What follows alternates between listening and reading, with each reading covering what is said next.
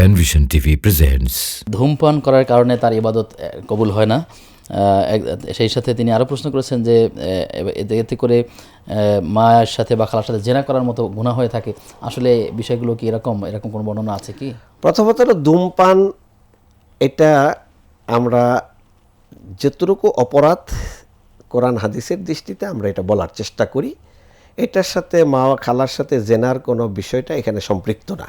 আবার ইবাদত কবুল হবে না, হ্যাঁ, ইবাদত কবুল না হওয়ার বিষয়টা এখানে সম্পৃক্ত না। এখানে সম্পৃক্ত হলো ধূমপান ইসলামে কি কারণে ক্ষতিকর, এই বিষয়টা কোরআন হাদিসে বর্ণিত হয়েছে। কোরআনে বলছেন হররিমাত আলাইকুমুল খাবাইস, অপবিত্র অপছন্দ জিনিসগুলো তোমাদের জন্য হারাম করে দেওয়া হয়েছে। ধূমপানে অপছন্দনীয়তা আছে, দুর্গন্ধ হয়। এটা লা তাকতুলু আনফুসাকুম, নিজেদেরকে মৃত্যুর দিকে ঠেলে দিও না। ধূমপান একসময় মানুষকে ক্যান্সার অথবা অন্য অন্য রোগ ব্যাধি তৈরি করে, এই জন্য ওইটার গায়ে লেখা থাকে স্বাস্থ্যের জন্য ক্ষতিকর। আমার স্বাস্থ্যটা আল্লাহ প্রদত্ত একটা নিয়ামত, এই স্বাস্থ্যহানি করাটা আল্লাহর দেওয়া শরীরের অধিকারকে নষ্ট করা। ও ইন্না লিজাসাদিকা আলাইকা হক, তোমার শরীরের হক রয়েছে, এই জন্য শরীরকে বিশ্রাম না দিয়ে অনবরত কাজ করা অথবা এবাদত করা, এটাও ইসলাম নিষেধ করে দিয়েছেন।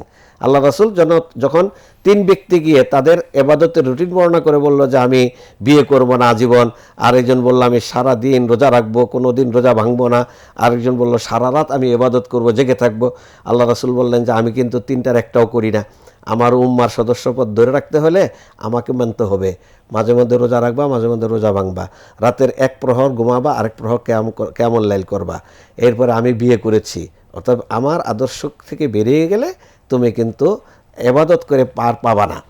অতএব আমাদেরকেও এটাই মনে রাখতে হবে যে আল্লাহ রাব্বুল আলামিন যে সুন্নাহ বা নিয়ম দিয়েছেন ওইটার মধ্যে আমাকে নিজেকে সীমাবদ্ধ রাখতে হবে।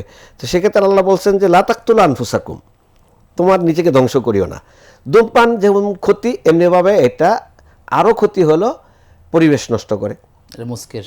এটার দ্বারা পরিবেশ নষ্ট হয়। যারা ধূমপান করে না তাদের জন্য কষ্ট হয়। ইজাউল মুসলিম হারাম। আপনি নামাজ পড়েন, মসজিদে গিয়ে সিজদা দিলেন, পাশের ব্যক্তি আপনার সুবহানাল্লাহর যে শ্বাস যাচ্ছে তার দ্বারা সে কষ্ট পাচ্ছে, ফেরেশতারা কষ্ট পাচ্ছে। আল্লাহ রাসূল সাল্লাল্লাহু আলাইহি ওয়াসাল্লাম হাদিসে বলছেন যে পেঁয়াজ খেও না, রসুন খেও না মসজিদে যাওয়ার আগে, কারণ ফেরেশতারা কষ্ট পায় যা দিয়ে মানুষ কষ্ট পায়।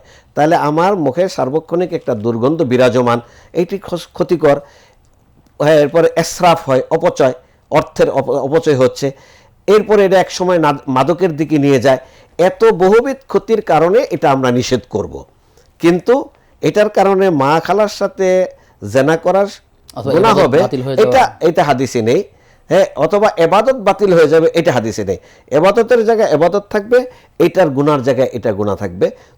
দুই জায়গার 2 পজিশনের। আমরা যদি বলি এবাদত বাতিল হয়ে যাবে, তাহলে তো যে ধূমপান করে সে তো এবাদতই করবে না, বলবে যে যেহেতু এবাদত বাতিল হয়ে যায় এবাদত করা দরকার কি আমার, এটা আমরা বলবো না। আমরা বলবো যে ধূমপান করেন, এবাদতও করেন, কিন্তু আপনি চেষ্টা করেন ধূমপান থেকে নিজেকে মুক্ত করার।